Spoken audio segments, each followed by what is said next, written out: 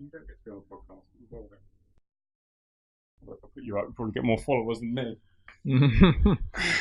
Like the Foreign Office cat. Like the Foreign Office cat, yeah, Palmerston, yeah. And Larry the Downing Street cat. Right, here we go. Right, so Jack Airey, you are the research fellow at Policy Exchange, and you are responsible for the Building Beautiful documentation and all things housing related. Yeah, so I lead the work at Hatton Housing, Yeah, so that was first published back in June, was it June last year? Yeah, June 2018. And what was it that brought that about? Like, who initiated the project initially? Good question. It's the way think tanks work is you think of an idea and you think this is something that's going to be interesting, that's relevant to government policy. We saw that one cause of NIMBYism is the way that things look, the way that new developments look.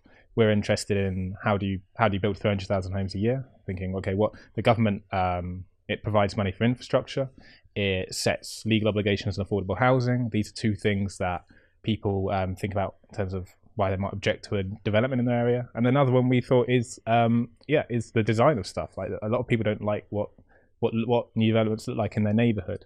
So if we can ask the public, what we thought was we're going to ask the public, what do they want? What would they want in developments? What kind of things would they support? Is that actually important to them at all? Maybe it isn't. We just thought, okay, let's do some research on this. Let's see how it can be relevant to government policy, what it could do, and we went from there. There wasn't some grand plan with it. There never is with a kind of think tank report.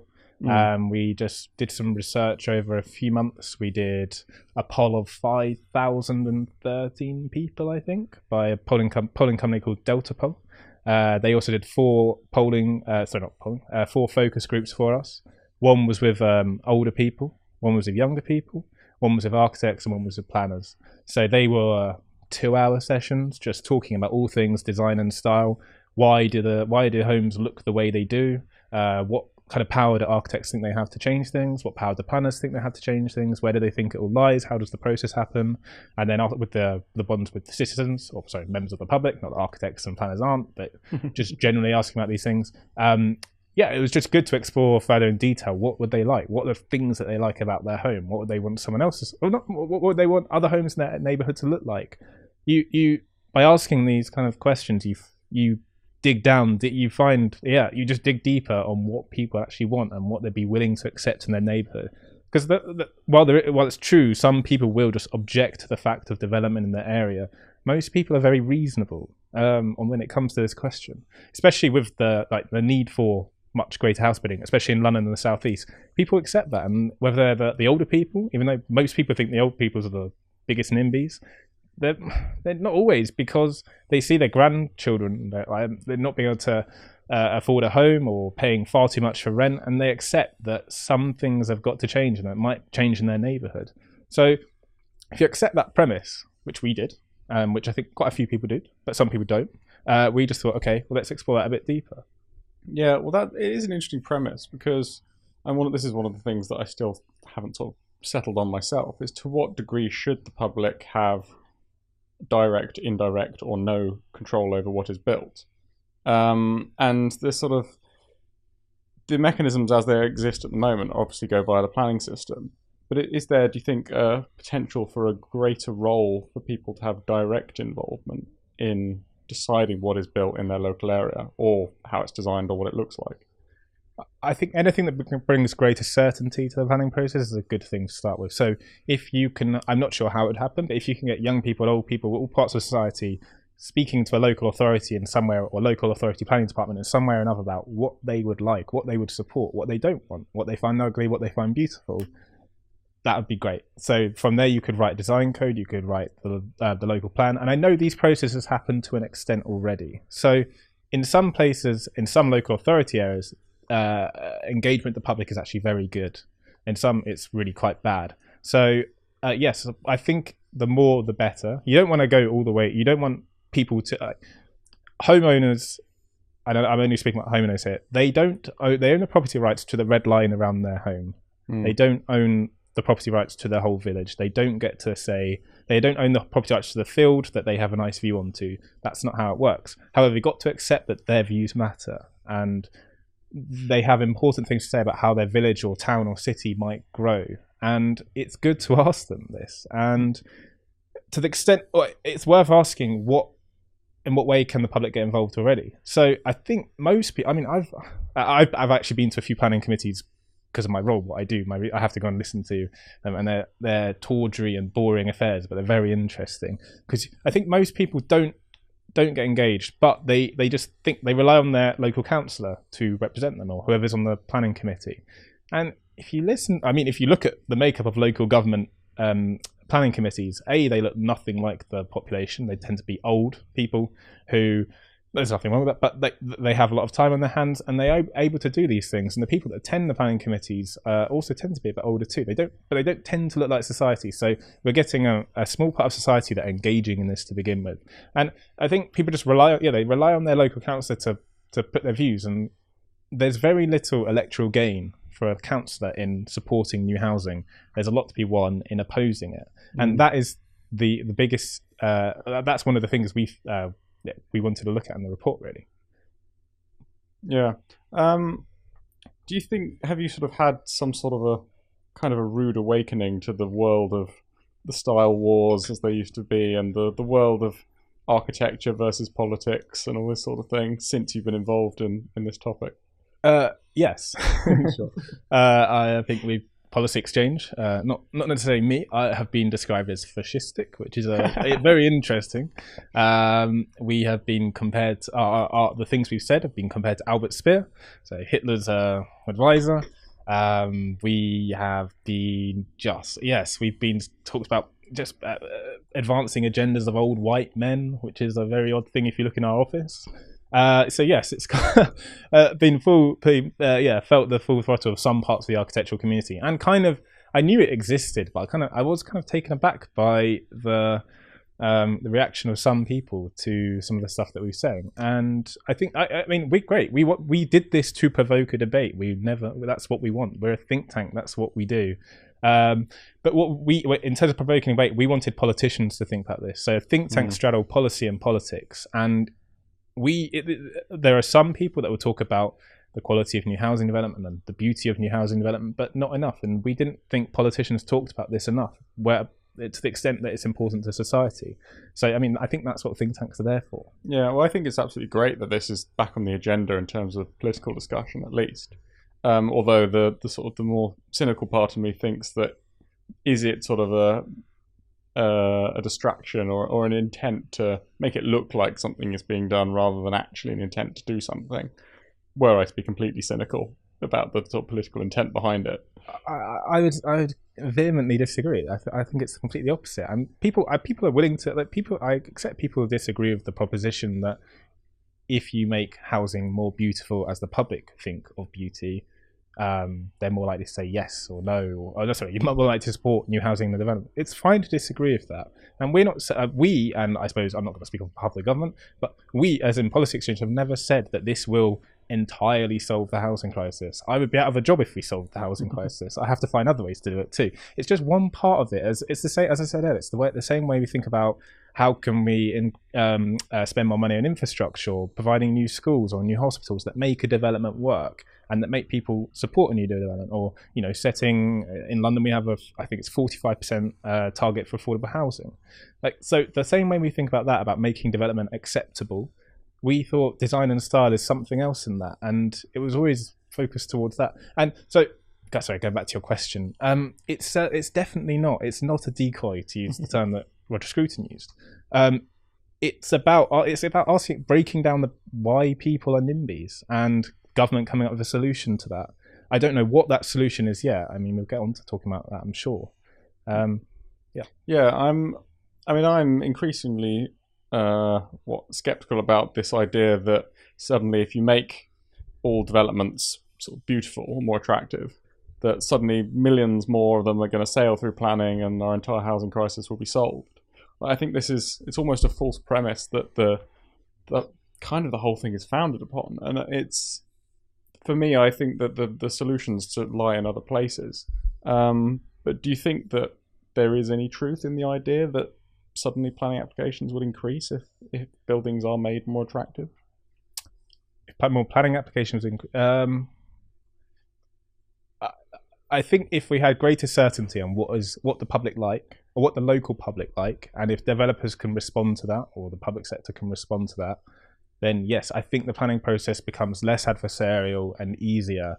I don't know if people would submit more planning applications. I guess it depends how much land government allows forward for development, or local authorities come forward for development.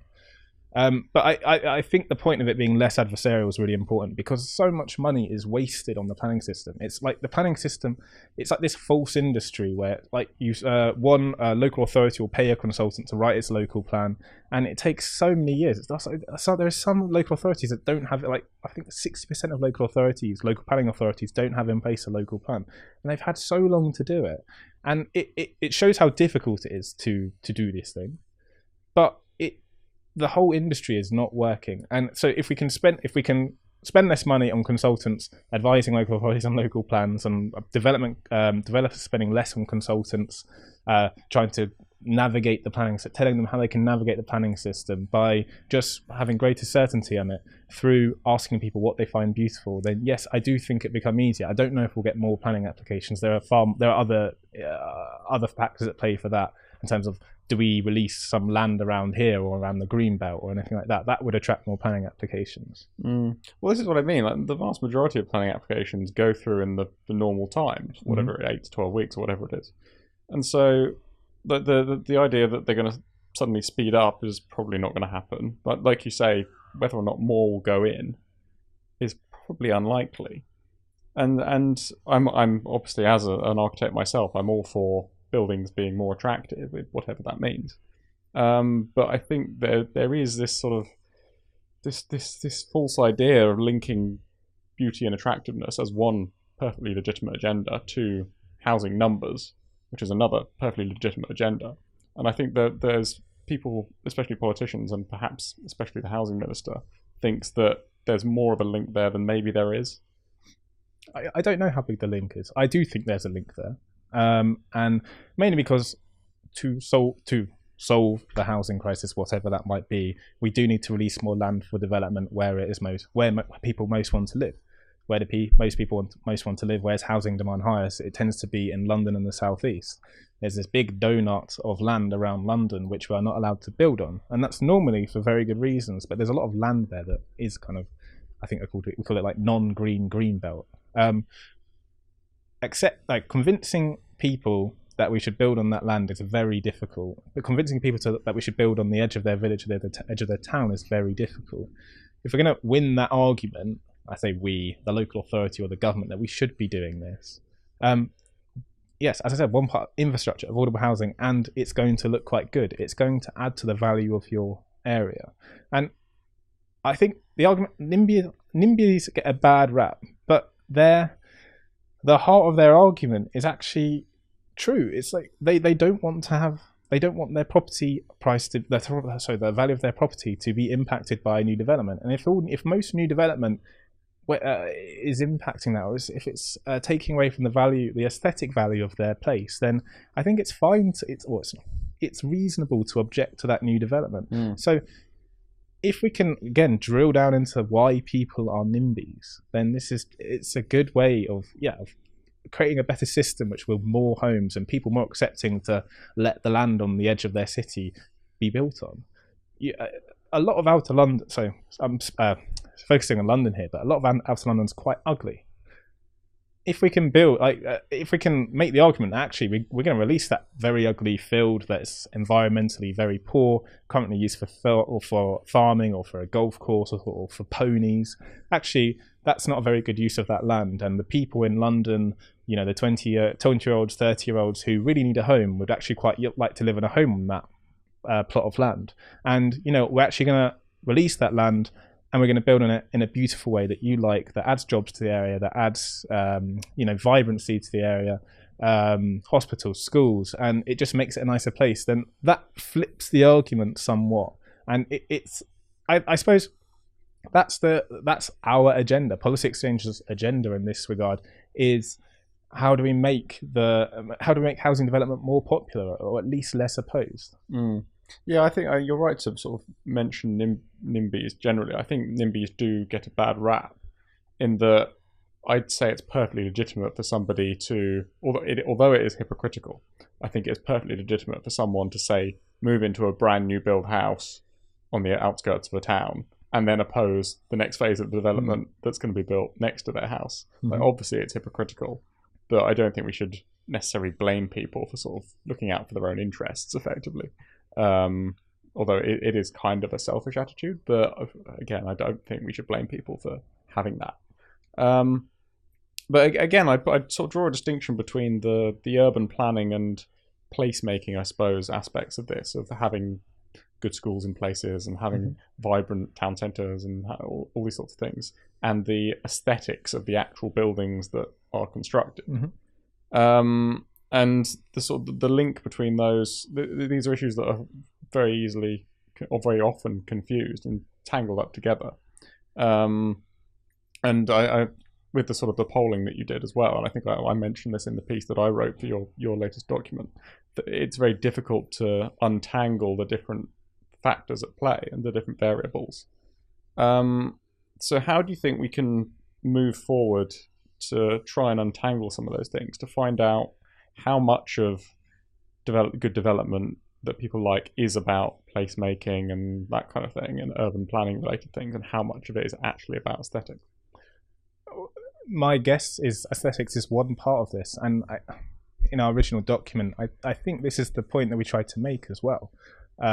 Just say, like, we never in the argument we're making, we're never trying to say, there's only one style of architecture that is good, one style of architecture is bad. It was more just we never felt like the people will actually ask what they like. We did that and we found some results. And it showed there was quite people have a varied view of what they want. And in terms of drilling down in exactly what people want, I think that's actually best answered by an architect like yourself, like you do in your essay.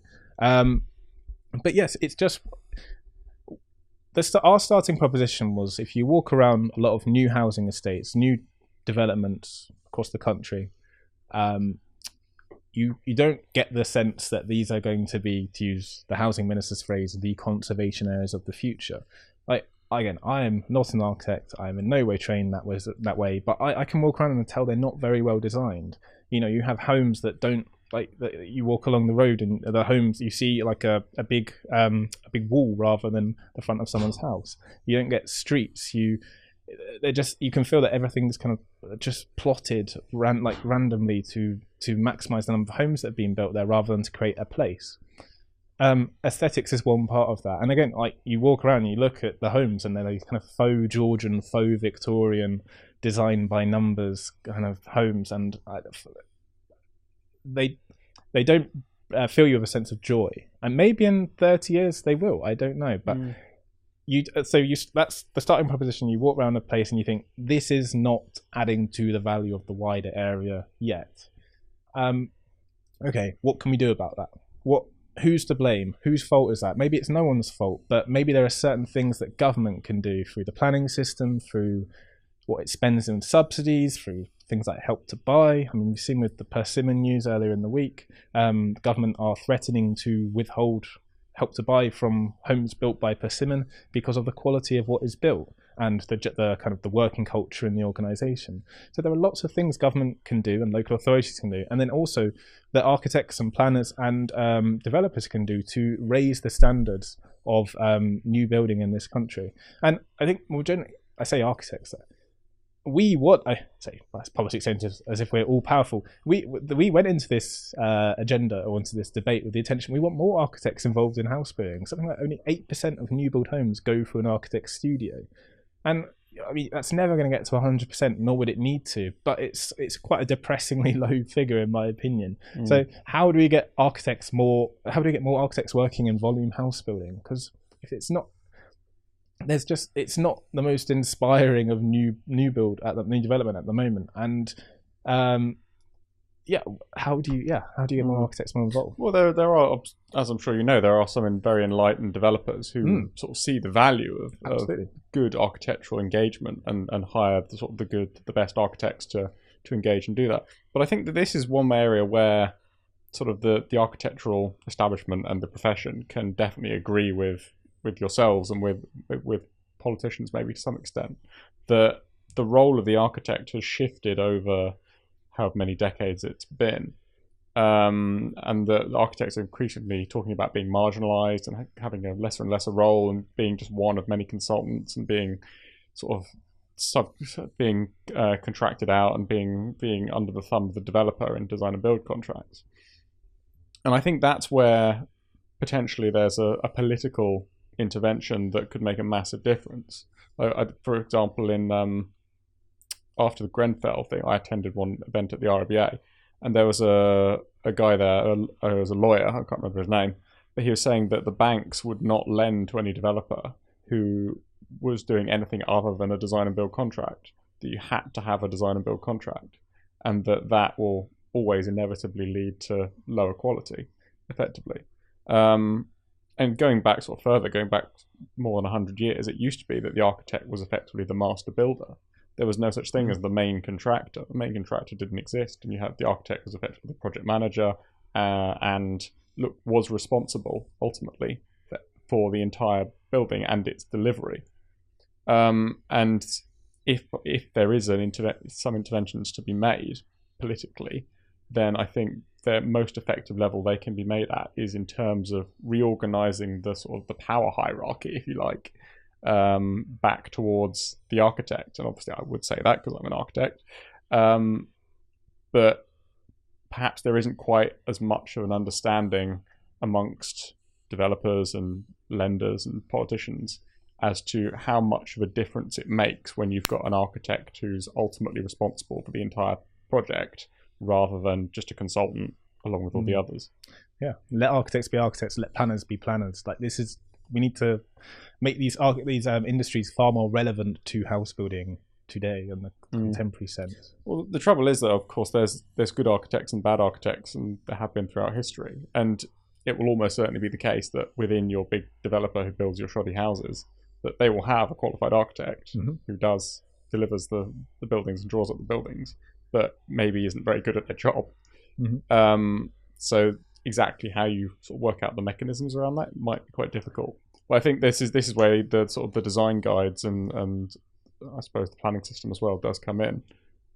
And these are all issues the commission has been. The Building Better, Building Beautiful Commission. Even you've forgotten the name now. That's why it's been set up. It's to ask these questions like, how can government change this? What can we do for lenders? What can builders do? Do developers want to change? Are they actually quite open to this idea? And how can consumer behaviour change? How will it change in the next few years? If house prices aren't going to rise as quickly in the next few decades, and they're quite unlikely to, then how do buying attitudes or renting attitudes change? Maybe people actually will care more about what it looks like or what it's like inside, how it's been designed. Because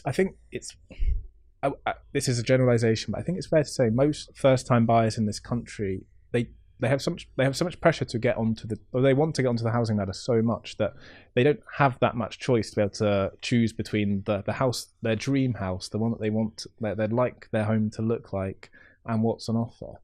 I think Ben Derbyshire, president of REBA, in his essay for our recent collection, described it as like a Hobson's choice. So I think, how do we have more variety in the house building sector, more modernist housing, more contemporary housing, more genuine Victorian styled housing, or brutalist housing, whatever you like, whatever the people want, we should build. What we have at the moment is just a lack of choice. And if the Commission can find ways for the way that the industry works at the moment, which is almost entirely driven by profit, to change, then, or in the private sector, then that would be a good thing.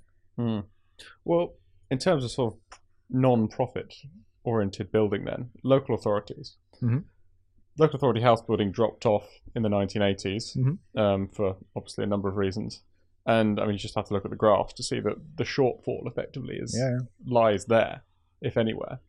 How can particularly a Conservative government, bring about more local authority house building in a way that will be politically palatable and sort of workable and sustainable in the long term, do you think?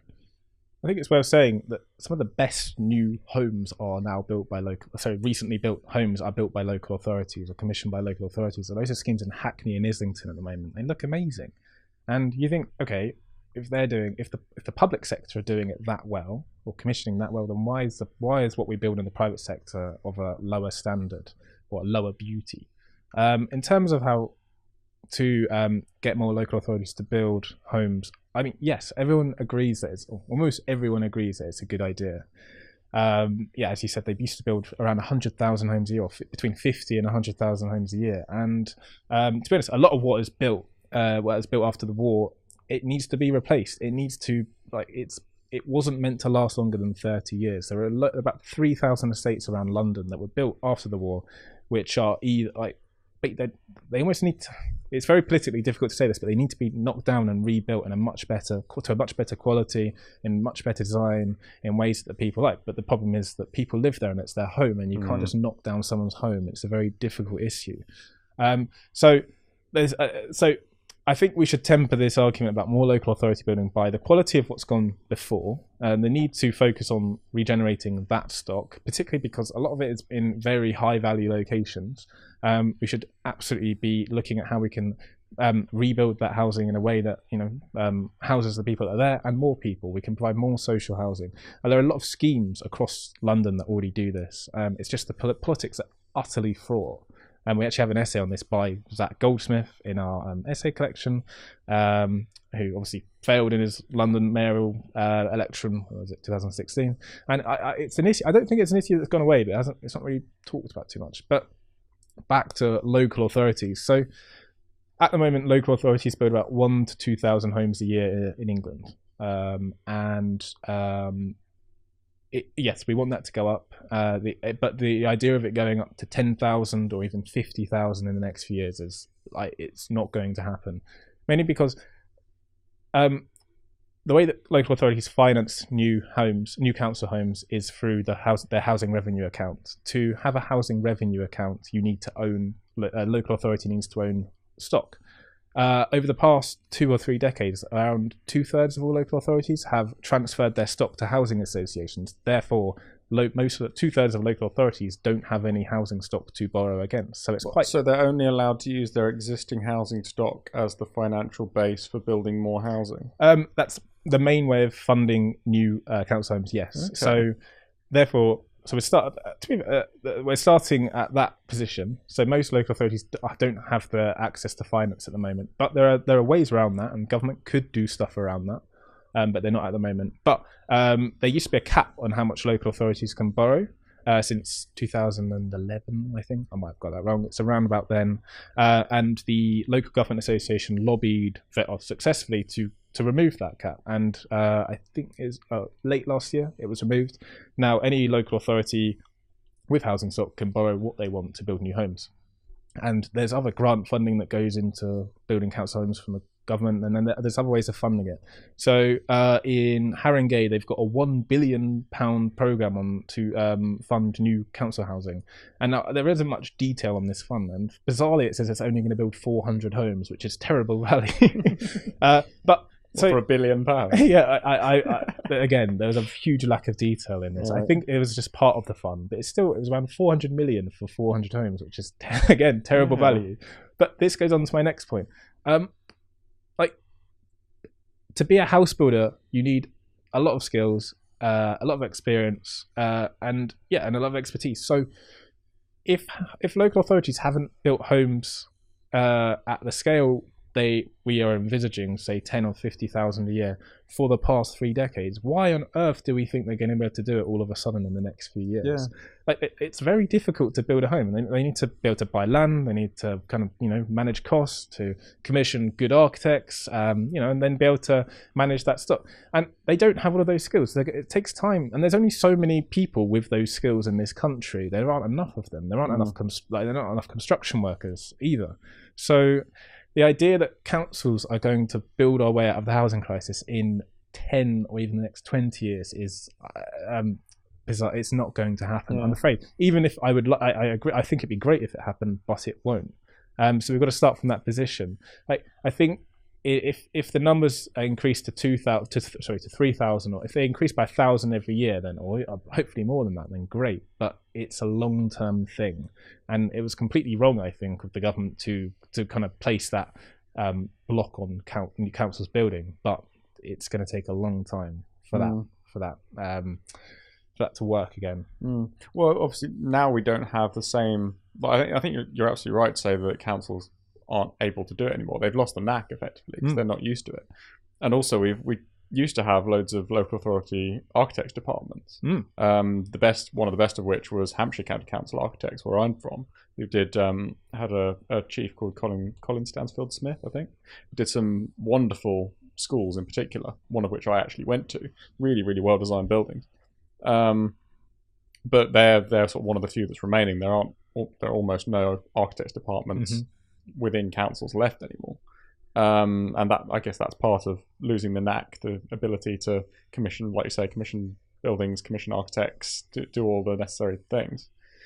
So given that's the case, do you think we have to sort of accept that and go for a kind of different model that works more with the private sector, as it now is, with private practices of architects, private developers or private builders, and redesign the model so councils don't have to do all the work again themselves, but they can collaborate effectively and do it to the same degree, but through a different model and with more involvement of the private sector?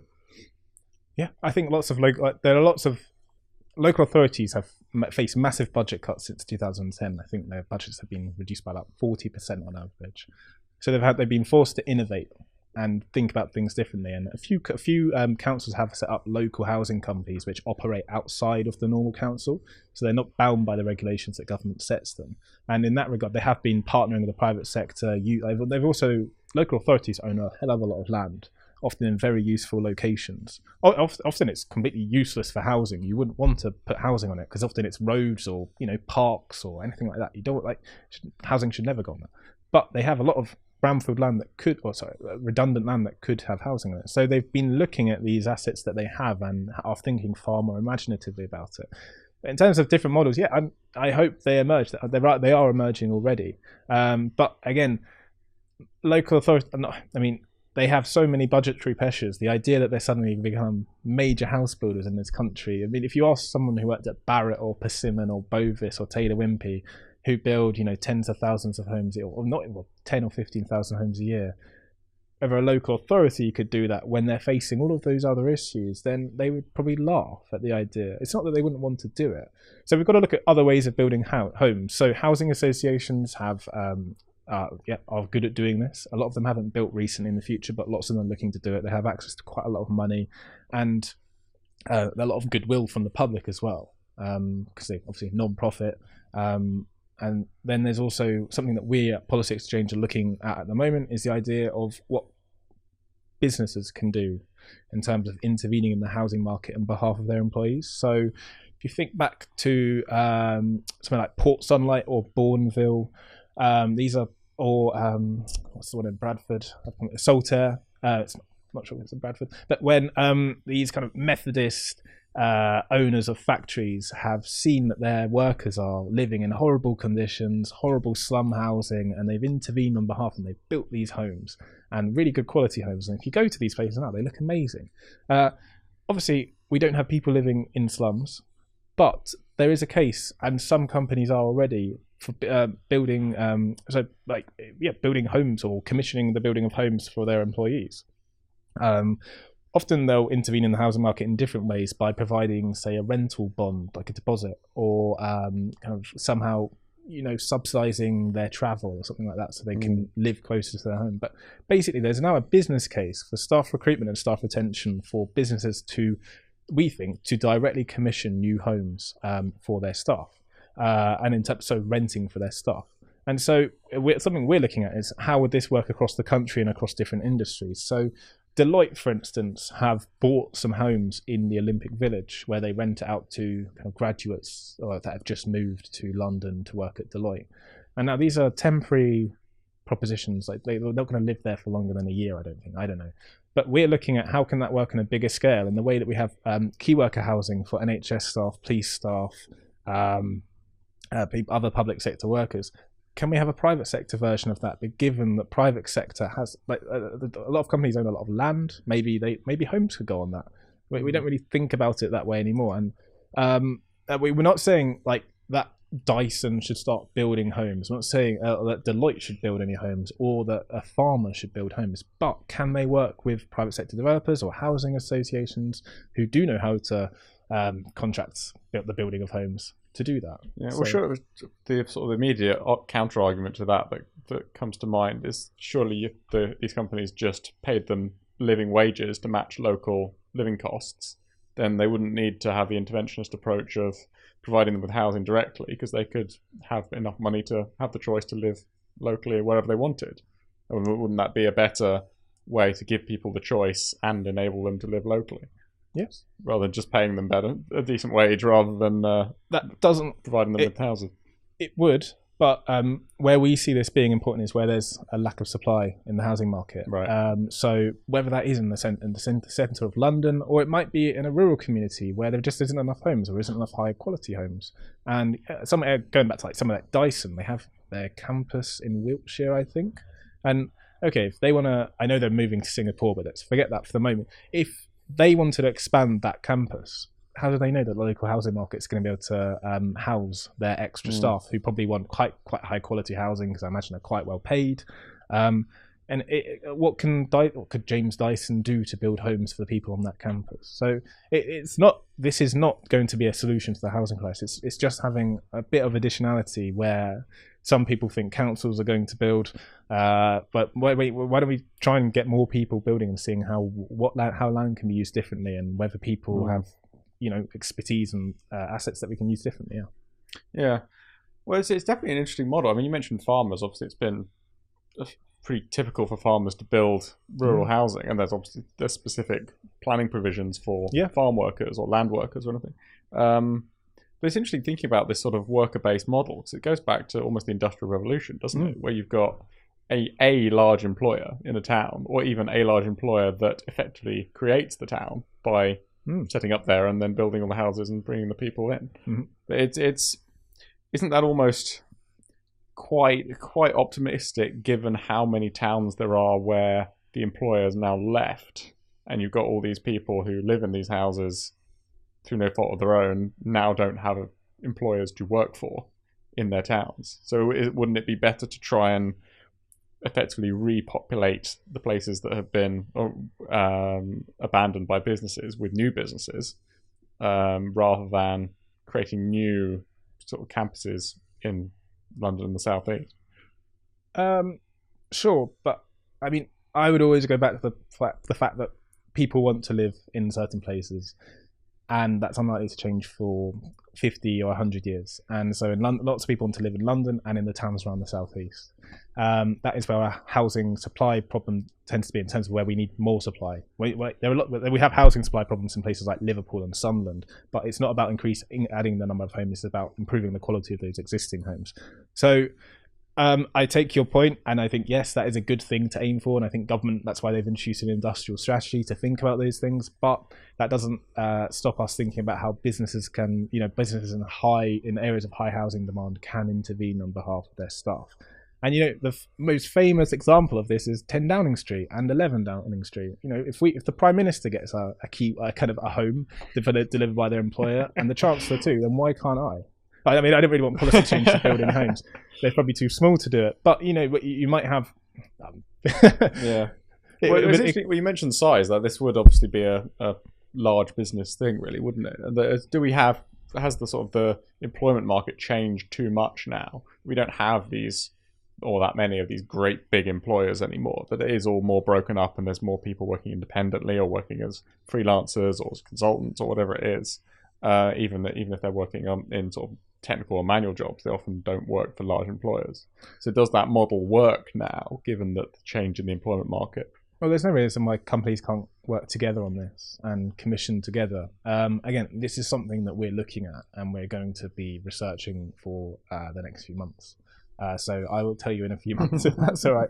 Yeah, we're looking at the different models by which this might work. We don't know. Maybe people don't want to live in homes provided by their employer. This is something that we're going to ask people via some public polling. Yeah. Well, it's the other immediate analogy that comes to mind is I had quite a few friends who were in the RAF, and they get supplied with housing on basis, of course, most of which was reasonable quality from what I've heard, although not necessarily always the case. And they were that was just sort of accepted as standard. But it's sort of different because you've got the security implications and all that kind of thing, and you're inside of a fence a lot of the time. But no, it's an interesting sort of psychological thing in terms of, would people feel too overly connected to their employer if their employer was providing their housing? Is it almost like being in a boarding school where you're living and working in the same place? Or maybe. But I mean, we don't see this as a solution for all kinds of every part of society. I think my starting point is it's probably for young people who are moving to London or to Liverpool or to Manchester for a job, for their first job, and they have no idea what they're doing. They don't know where they're going to live. And I remember when I went to university in London, but even after living here for 3 years and coming back to work here, I was kind of a bit terrified by where on earth am I going to live? I'm not really sure. And then my brother's just moved here, and he's had quite a lot of difficulty finding somewhere. And if your employer can actually help in that process, then I think that's a good thing. Yeah, it's definitely interesting. Again, the other thing that's sort of more of a new model is the idea of cooperative housing, and I mean, you talk about sort of young people and young professionals.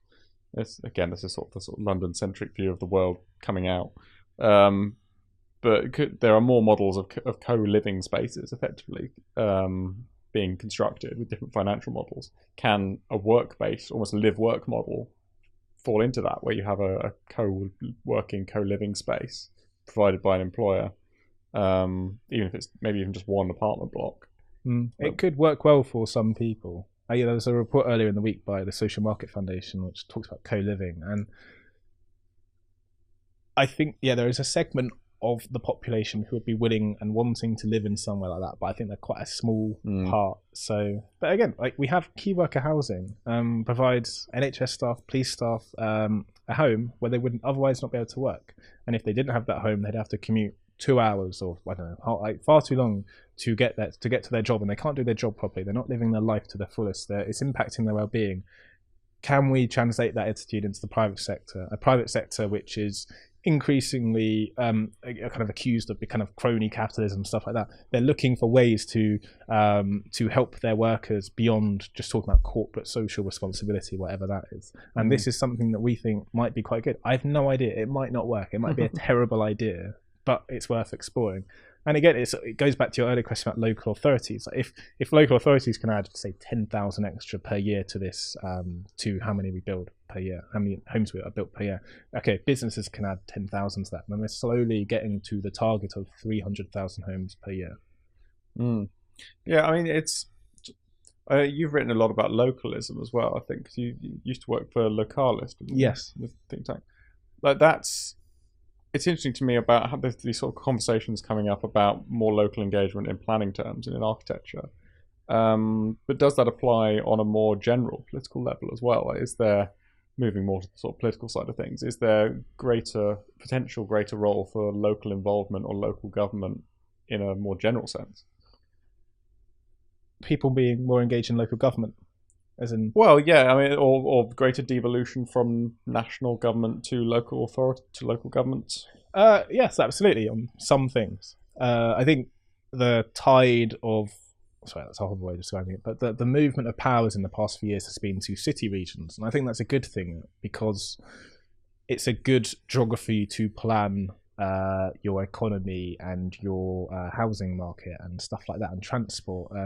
If you just if the government decided actually we're going to devolve powers around transport, housing, planning to, say, Barnet Borough Council instead of the Greater London Authority, then I don't think that you wouldn't get the same. It wouldn't work as well. You wouldn't have London, this kind of cohesive unit. I wouldn't be able to get from one end of London to the other for about £3 or whatever it is. So yes, in answer to your question, we should be devolving more power down to people, but it's important to get it to the right scale. So we've also gone to more powers have gone to Greater Manchester, West Midlands, Bristol City region, whatever that might be. They're very clunky names, and people don't immediately identify with these areas, but these are the right units at which to plan and for government to devolve powers to. Also, government's got to have rightly trust that when you give people power and responsibility and extra funding, that there's going to be one leader who's going to be responsible for it, and they're going to be of a high quality. If you do that to 326 local authorities, there will definitely be some bad eggs in there.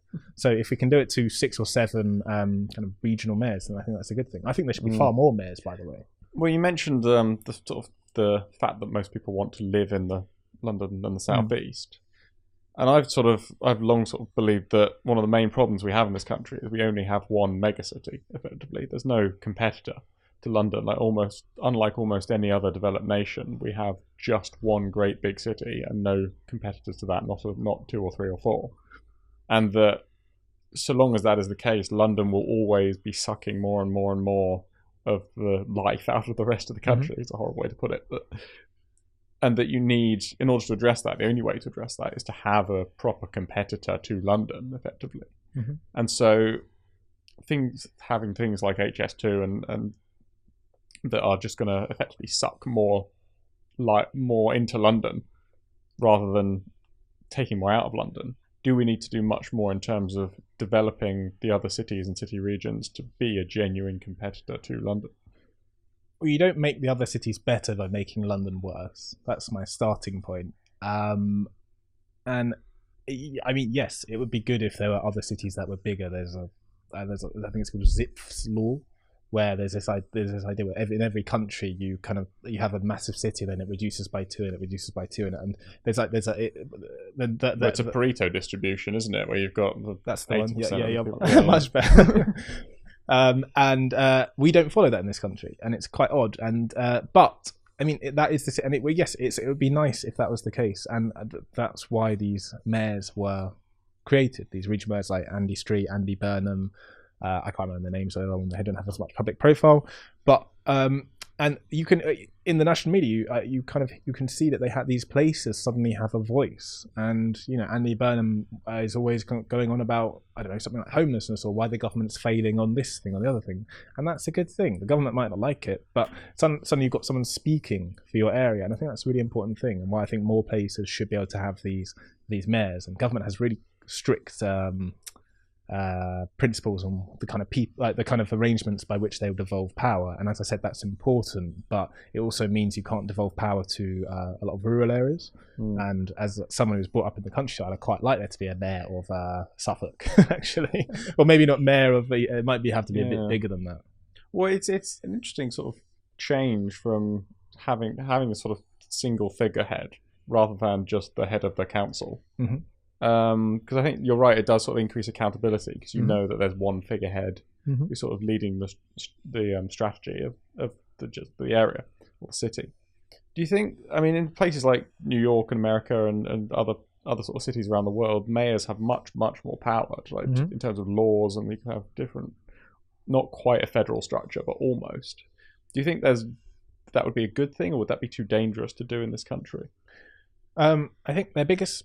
Well, no, I would like to see us move in that direction. So in London, 5% of taxes raised go locally, and 95%, just genuinely go back to the Exchequer, back to central government. In New York, I think it's around half and half, and again in Paris, it's maybe, I'm not sure about Paris, but in other places, we should be moving towards that kind of situation, I think. And also letting people have more of a say over how their money's spent. There's lots of interesting ideas from councils controlled politically on the left and on the right around giving citizens more of a say over how money is spent. So maybe we could have a referendum in London on spending more on architecture. More. You were talking about local authority architecture departments. Why don't maybe people in London care about it so much that they'd be willing to spend £2 extra per month to fund this department that advises, I don't know, like all of these London boroughs. I don't know, but we don't even have that conversation in the UK. Whereas in Los Angeles, they have a massive homeless problem, and or was it Los Angeles, and they had a referendum on increasing the sales tax by 0.5% to fund homelessness services in the city. The referendum was supported by lots of people and by businesses as well, and it passed with a stonking majority. And they have raised the taxes, and there are going to be more services provided to homeless people as a result. Yet we don't even think about that kind of thing in this country. So any way that we move towards that kind of system, I think is good. I see why people are nervous about it, and it's also very, like, a lot of politicians will say in opposition, oh yeah, we need to devolve more power to people, give people more power, and then they get into government and they actually think, actually, I quite like having this power. I don't want to give it to you, Andy Burnham, or you, Sadiq Khan. And we've seen this with, say, Chris Grayling, who, as Transport Secretary, was blocked the devolution of powers on the London Overground line in South London to Sadiq Khan, even though it was recommended by the former Chancellor George Osborne. So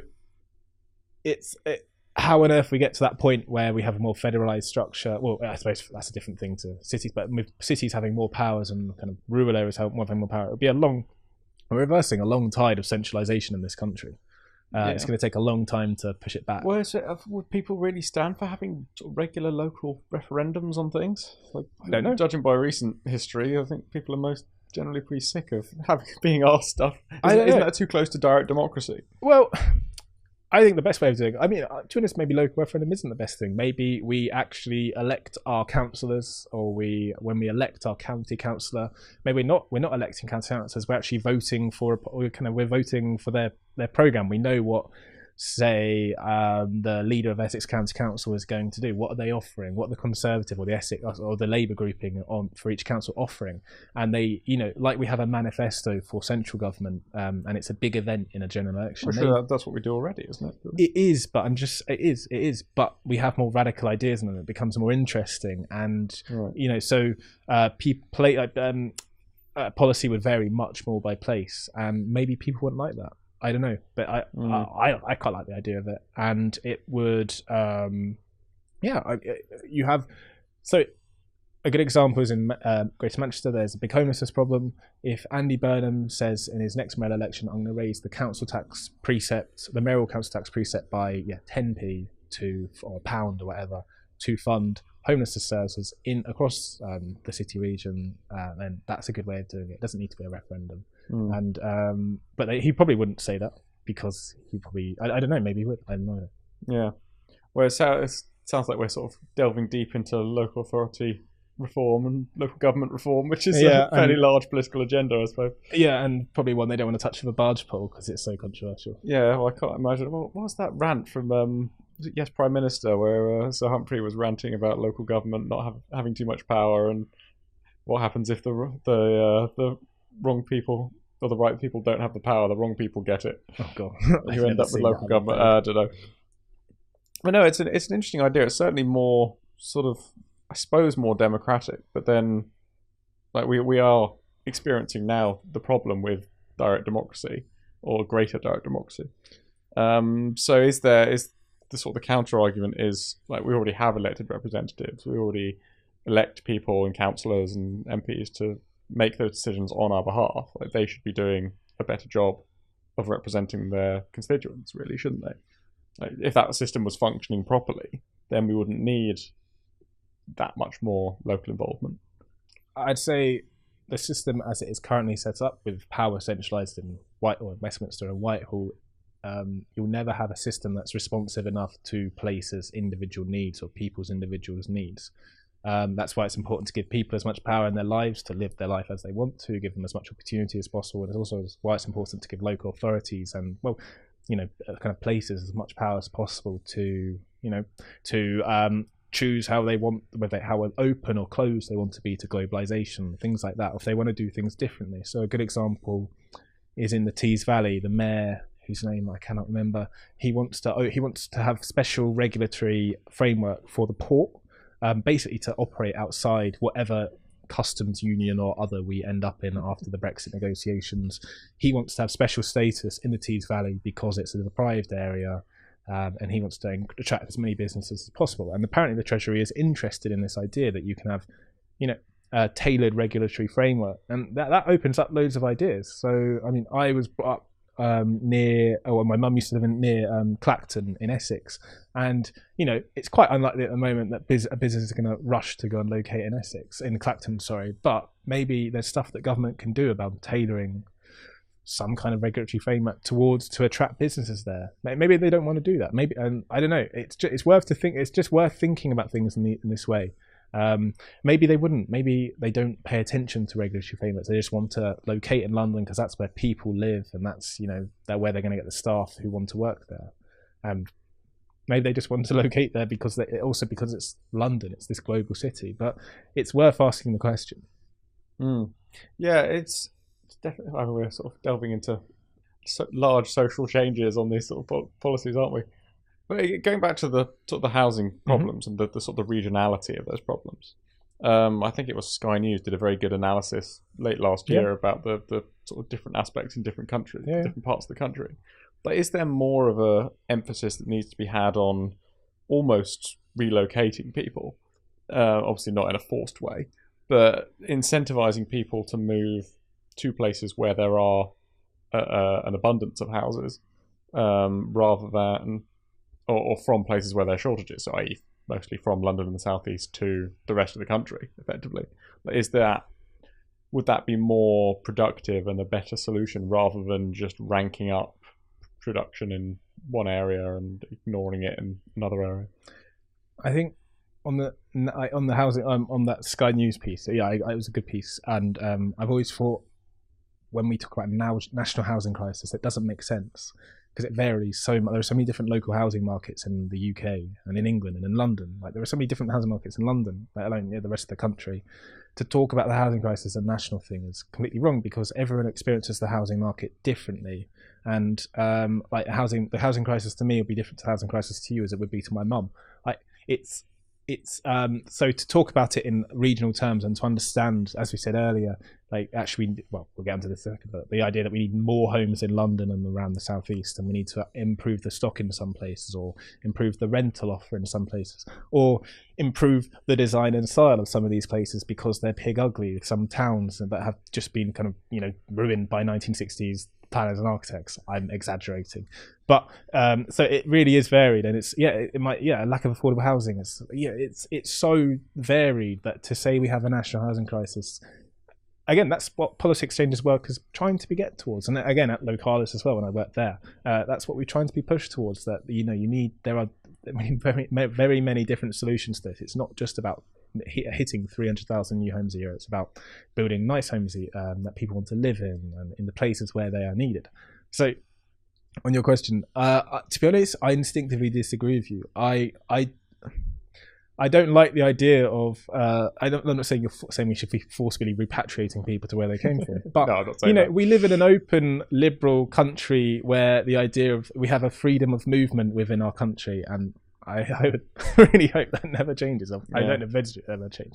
Well, I mean, the things that come to mind are things like HS2 being built from London upwards rather than from the north downwards, and abandoning, spending 50 billion on that rather than spending half that much on transport links between the northern cities, which would make vastly more difference, and all the sort of the shifting of priorities effectively. Yeah, I agree. I don't really know much about HS2, but instinctively I agree with you.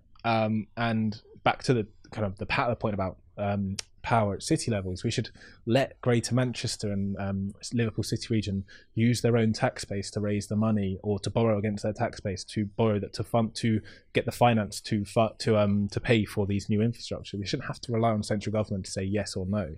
So Crossrail, half of it was funded by the GLA.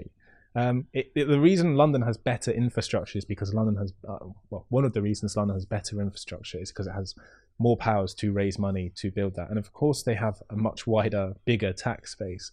But the powers thing is really important. So when they're trying to fund Crossrail 1, there was a levy on business rates, and it was there for 10 years or something, and it raised I think like a third of the money.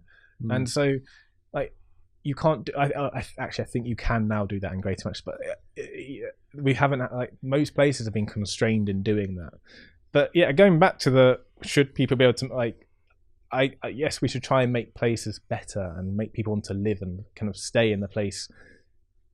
where they went to university or where they were brought up and feel like they can make a contribution there and have a job there. However, the economic reality of our country is such, and it's probably likely to worsen, is that London is the kind of the Death Star of the economy, where it sucks everything in. And it's a nice idea to kind of reverse that, but I just think we have to work with what we have at the moment, and there really is a desperate housing shortage in London, and my personal view is that we need to make London bigger, not bigger that way, but bigger, expand it. We have these bizarre regulations that prevent us building on the edge of London. We have the edge of London, or Greater London boundaries were set in 1963, I think, and we haven't looked at them since. They've been very tiny changes. But why? Okay, why are we having our planning rules dictated? But like, why are we accepting that is how it should be? We also have the planning system, which was introduced in 1947. Like it protects people's property wealth, particularly people who live in green leafy parts of the southeast. Like, it's the biggest socialist thing left in our economy.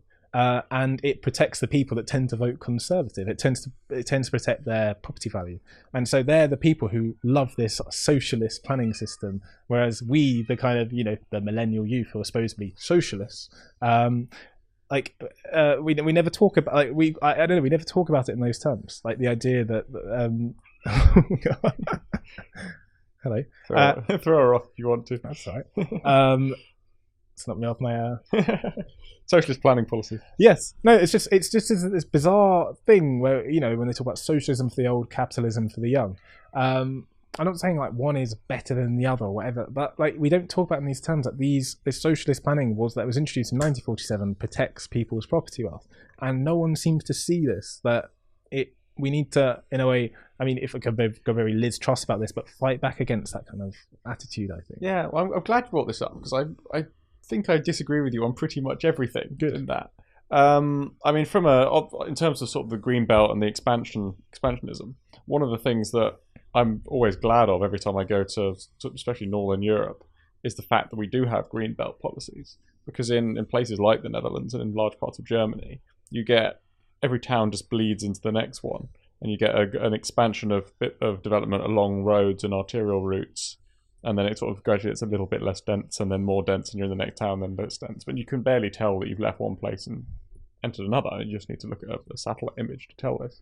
And when you I always think when you fly into Gatwick and you see especially at night, and you see the absolute carpet of darkness populated by a few dots of settlements, rather than this mass expanse of light everywhere. To me, that's a perfect example of the green belt and the planning system working well to stop sprawl, which is a problem they've had in America.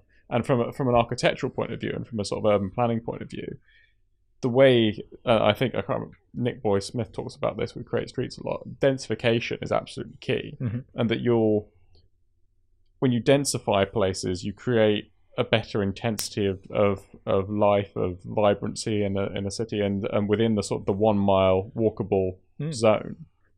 If you densify that, that's how you create a good functioning workable settlement, as they've been doing in places like Italy for centuries. Whereas if you allow the urban sprawl to happen effectively, that it will happen, and then you end up people having to drive everywhere and having to build tram links and having to have buses going all over the place and always trying to ship people in and out all the time. Whereas having a local base where you're within a mile of where you work, and you can walk there or cycle there, or you can live within a local zone effectively, rather than having to commute for 50 miles on the train, or even commute by car for 5 miles. I agree. That sounds good. But my point is that if you allow to, even as somebody with sort of who generally agrees with a lot of the more free market libertarian stuff, if you allow that on a sort of planning level, you end up with a free-for-all that ultimately results in negative outcomes for everybody, which is exactly what happened in America, where they're like, no rules, build what you want, wherever you want, for as far as you like, and you end up with these miles and miles and miles and miles of urban sprawl that then result in traffic issues 50 years later. So I wouldn't advocate that. I would advocate selective release of large sites on the greenbelt, kind of crap greenbelt, to build very high quality, beautiful developments. And we will release that land on the condition that it is built beautifully in ways that the public like, that it provides a high amount of affordable housing.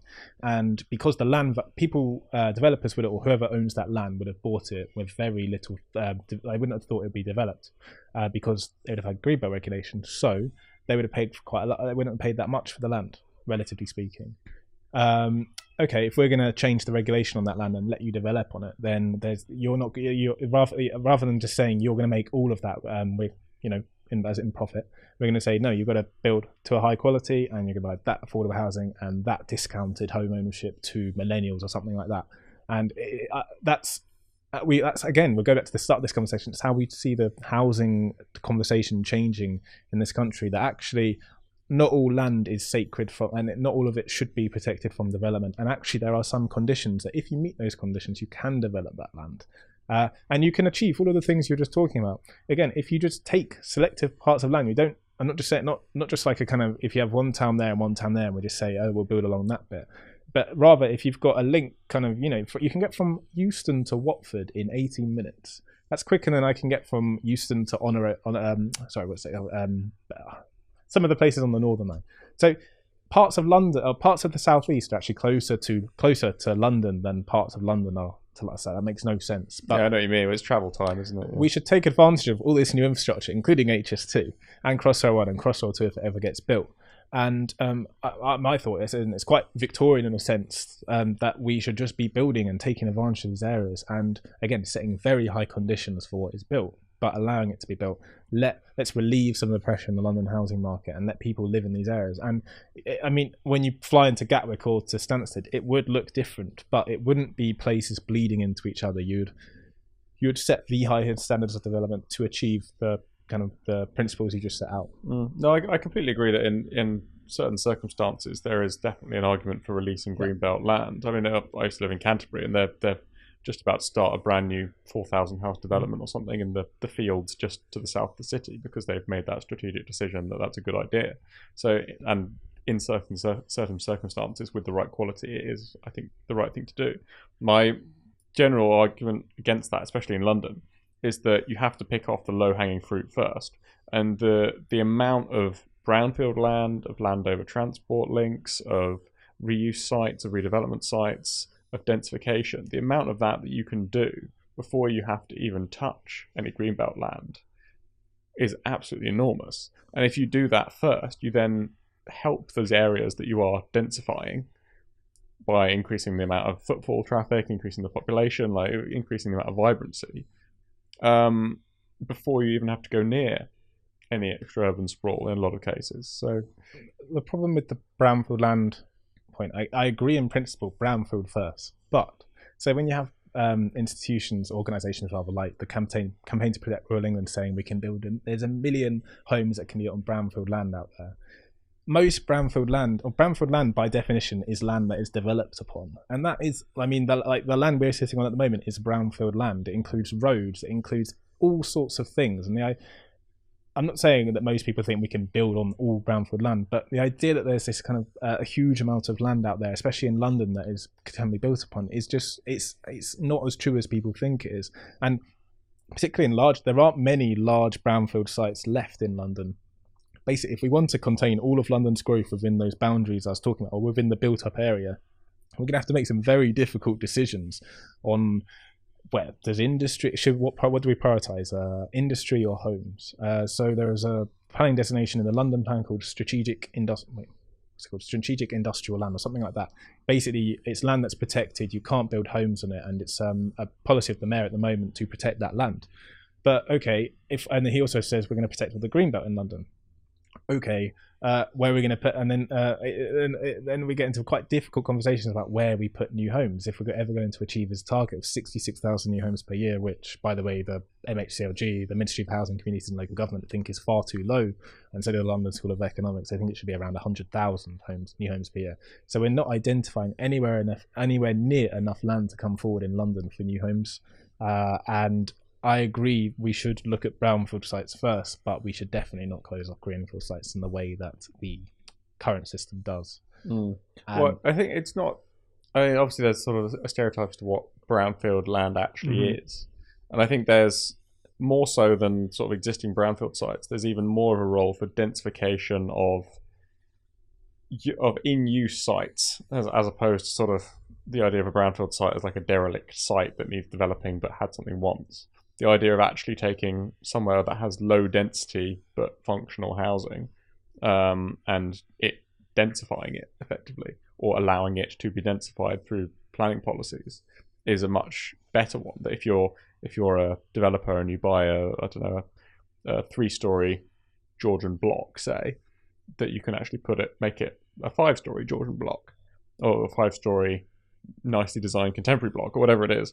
That you, by that means, you then really gradually densify the city. You end up with somewhere like low, sort of mid-rise areas, and that's the sort of the best way to increase numbers, is by that densification around existing transport links and around existing infrastructure, rather than trying to create new nodes further out.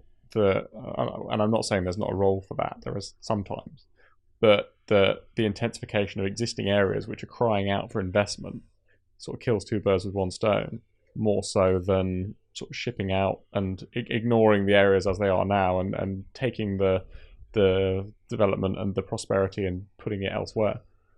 I guess it's a boring answer, but we need to do both, really. I mean, the extent of the housing crisis, housing supply problem in London is so big that we have to really go at this in many different ways. And the problem with the draft new London plan, so the London plan that the mayor's put together recently, it closed off so many options, and he set the highest housing target ever, but then closed off many different ways of doing it. So he wants Sadiq Khan, he wants to build a lot more houses in suburban sites and small sites, densifying as well, and that's good. And we should be doing that, but we should also be doing lots of different other things. And I mean, Politics Change is going to be publishing research on this quite soon, to be honest. We've got a report which is imminent, making the case around this. So, yeah. So, in terms of one of the things I talked about with Paul Finch was about the idea of housing as infrastructure, and of thinking of housing and housing development as a sort of a national infrastructural project, rather than as this sort of private sector thing that goes on separately.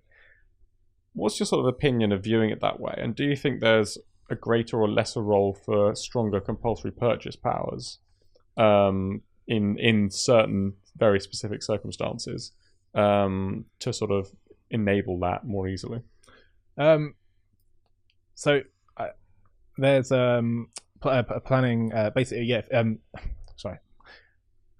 You could include housing as nationally significant infrastructure, and that would make planning a lot easier. It would also mean government, in the way that happened with HS2, just saying that is going there, we don't care what you think about it. And that is a very I suppose an attractive way of doing things, because it solves the NIMBYism issue, because we don't listen to NIMBYs anymore, we don't care what they think suddenly. And I mean, it's quite a Chinese, almost like a Chinese way of doing things, that we just put it there because that's for the good of the country. And again, that's an attractive idea, and there is a policy framework for doing that, but it'd just be very contentious to treat housing that way politically, and I don't think that would ever get through any parliament, to be quite honest, because it would give the government so much power to put housing where it wanted, and again, that is quite a nice idea, but I think in practice politically it's quite difficult. And compulsory purchase powers, that sounds like a good idea. Like the state intervening more in the land market is a good idea, because the land market is entirely dysfunctional in terms of delivering kind of land where it's needed at the price that would allow the building of beautiful, affordable new homes. If the state can intervene in that in a more interventionist way, I think that is a good thing in a targeted way. And the thing is, it already has the powers to do this. It's always had the powers to do this. Local authorities can do it.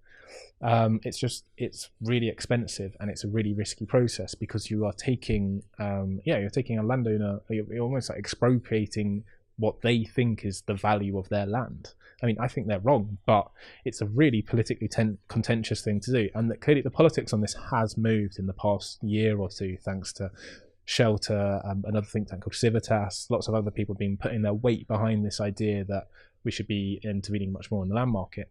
It's a really difficult and contentious thing, and what the nub of it seems to be that they want to change things about the law around what is a hope value and what is use value, and what can the landowner expect to get from their from the land. Should it just be the existing use value? So if it's just a farming field, it should just be the value of a farming field, and they get a small premium because they've been, they've lost out on a few things, and it's caused a bit of a nuisance to their lives? Or should they get the full hope value of whether of what the value of that land could be? And there seems to be, so I was speaking to a QC about this about a few months ago, and he said he thinks there's some kind of confusion in this because in how people interpret the law. He thinks at the moment actually we're far closer to the idea that you can take, when you compulsory purchase a plot of land from someone, the amount that is paid for it tends to be closer towards the existing use value rather than the hope value. And the government has introduced legislation recently to kind of facilitate that. But the arguments of organisations like I talked about tends to be actually it's more towards hope value. So we're getting into very Well, no, I think I'm sort of inherently against or opposed to the idea of compulsory purchase as someone who sort of believes in the freedom of individuals to exist without being cajoled by the state into doing things. But I think if you're going to do it, you should give people, say, twice whatever the market value is, so that they're actually sort of given reasonable compensation, not only in terms of what it's worth, but in terms of the fact that you've basically stolen their property. Yeah, I think, to be honest, we've got to go back to what creates the value, or what dictates the value of a plot of land. It's normally what does the planning policy dictate can be built there. And so we'll go back to my field in the green belt, which is crap and it's being farmed and it's causing all kinds of damage to the field and the kind of the earth underneath it. As a farm on the green belt, there's no hope of developing on that land. You're not allowed to build on green belt land. Therefore, the value of that land is quite low. It's like £20,000 in a hectare or something like that. But if that green belt protection goes, it skyrockets. It becomes developable and the value increases. So. But the state makes that decision. But surely you have to give people the value of the value it would get were it to be put on the market at the current time if nothing else changes. Because once you start saying hypothetically this might happen, or hypothetically you might build a supermarket or a shopping centre on this and it's going to be worth billions. But if we move towards a system where the state says actually that land is developable, but on the condition that it is built to look like, I don't know, St. Paul's Cathedral, I don't know, to that kind of quality, and you're going to build homes at that price, you're going to provide 30% affordable housing, and there's going to be 30% private sale, 30% for rent, and blah, blah, blah. They then set the land value. But my point is that the land value is set by the planning policy largely. It's a major factor of it. So if government, either government kind of intervenes much more and says these are the exact things that you can build on that land, and then the land value is set by that, or they kind of get right out of the way and then they let the free market rip, I suppose. But that's actually what happens in the US. There's this model, the zonal model. They say you can build these so for building social housing, they say you can build social housing that has to be rented out at this price, and then it sets the land value, and it takes a lot of this adversarial part of the planning system away, and the land values are nowhere near as high because the land value will only ever be what can be built on it. Well, again, I'm really simplifying things, by the way. No, it's bad. Mainly because I don't understand it entirely. Well, the zoning thing is, I personally think, is a very, very sort of failed and bad idea, because you're being the sort of the master of the destiny of the settlement effectively, rather than letting it have the sort of organic growth in whatever way it wants to. So what once was a Georgian row of houses might now be a set of offices, or might now be a school, or might be a university, or whatever it is. And I think it's more responsible to just allow people to build whatever they need to build or want to build in a particular place, to allow shops to turn into houses and houses to turn into shops and shops turn into offices and all these kind of things, and not say you can only build this here or you can only build that there, because then you get that like I say, organic spontaneity about suddenly there's a business hub over here, suddenly there's a whole load of tech firms who've set up in these row of cottages down here in rural Gloucestershire or something, or you've got these sort of dilapidated old shop fronts which no one's occupying have suddenly been turned into affordable housing. So I'd be very, very wary of any sort of proper zoning in that respect. And this is where I guess you come up against local plans and to what degree local plans should be authoritarian, effectively, and dictating what can and can't be done in particular places. Well, don't tell a local authority planner that, because they protect that part, because they think they know what building can be built there, and we can only have a shop there because, you know, in 20 years' time our forecast suggests that we're going to need a shop there. And it's this bizarre attitude that we hear that's ingrained through the planning use class system. In some cases it's very good that, you know, you can't turn a shop into a waste disposal kind of unit. But in many cases, there's no reason why the state, you should have to apply for planning permission to change a shop into a home or something like that. And government is actually moving on that. And So this work you're doing from the housing perspective that's coming out soon. Tell us a little bit more about what that's going to be over the next year. Or what have you got coming up? We've got a report coming out imminently in the next week or so, making the case for building new towns on the edge of London, or new places, which are well designed, beautiful, affordable, and discounted to millennials. We then have our work program is focusing on feeding into the Building Better, Building Beautiful Commission, looking at the practical ways that things could change. So we're looking at, could you have a objective definition of what is a good place, what do people like about a good place that could be useful to planning officers and how they make decisions. And I'm not just talking about aesthetics or anything like that, I'm just talking about, okay, does it bring jobs to an area, and like things you can actually measure, and, you know, has there been community engagement in the process and stuff like that. We're also doing stuff on the idea of company housing, as I mentioned, and then beyond that we want to look at if we're building more homes and factories, how can we make sure that they look beautiful in a way, you know, and designs and styles that people like, because if you look at what is built in a lot of housing factories at the moment, it isn't of a high design quality, I'd say, and that's despite the fact it's being built by engineers, and if you give them a brief, they'll do it. So if you want a neo kind of classical house, they will do it, like built in a factory. There's no reason that we can stop this. I'm not saying we should build loads of neoclassical houses, I'm just saying if that's what people want. So how can you change the industry to provide people greater choice in that? We're looking at the kind of the economics behind building beautiful, whatever that is. Like basically, why are new homes built the way they are? What are the financial decisions behind that? Why is it so easy to employ private capital in big, tall, lumpy buildings? Like, how is that going to change? Can it be easier to employ capital in, you know, terrace housing that people are built as kind of the kind of built environment that people actually like and prefer? How does this work in a rural context? So as I said, I was brought up in a rural area. A lot of villages are very beautiful. A lot of them are very ugly. The one I was brought up in is quite ugly. So when we talk about building beautiful, it kind of tends to focus on London and other cities. But really, the biggest crisis is actually in rural England, in my opinion, whether that's just building a new estate somewhere or if it's actually in a village. So how does this work in that area?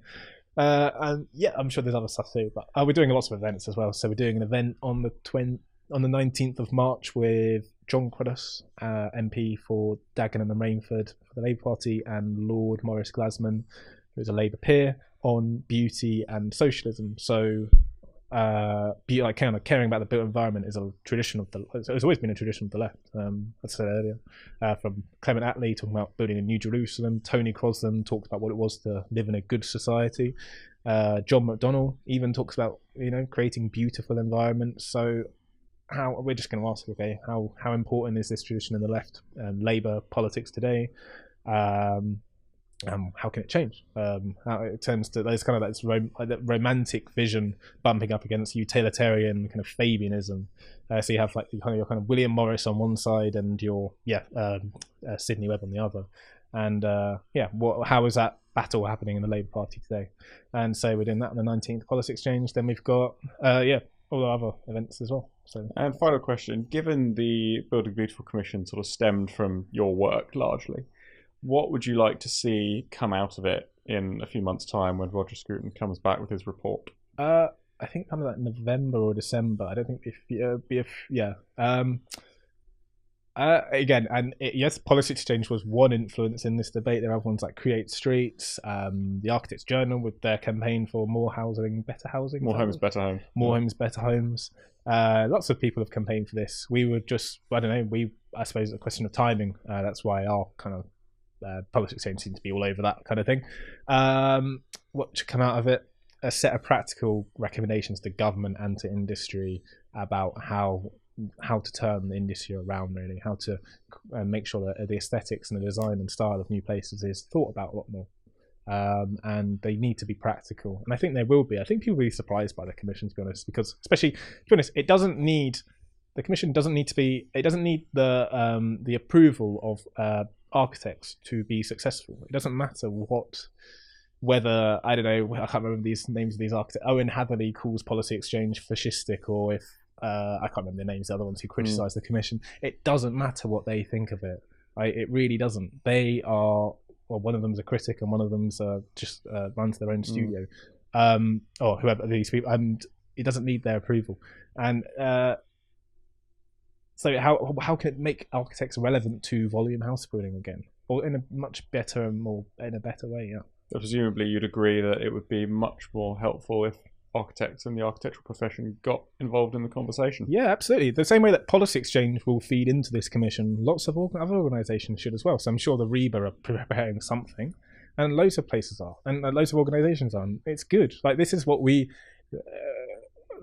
were hoping to do in our report, just provoke a conversation around the quality of what is built in this country and how it can improve and how it can look like people want. And we don't have all the answers. God, no, we don't. But somewhere out there, someone might.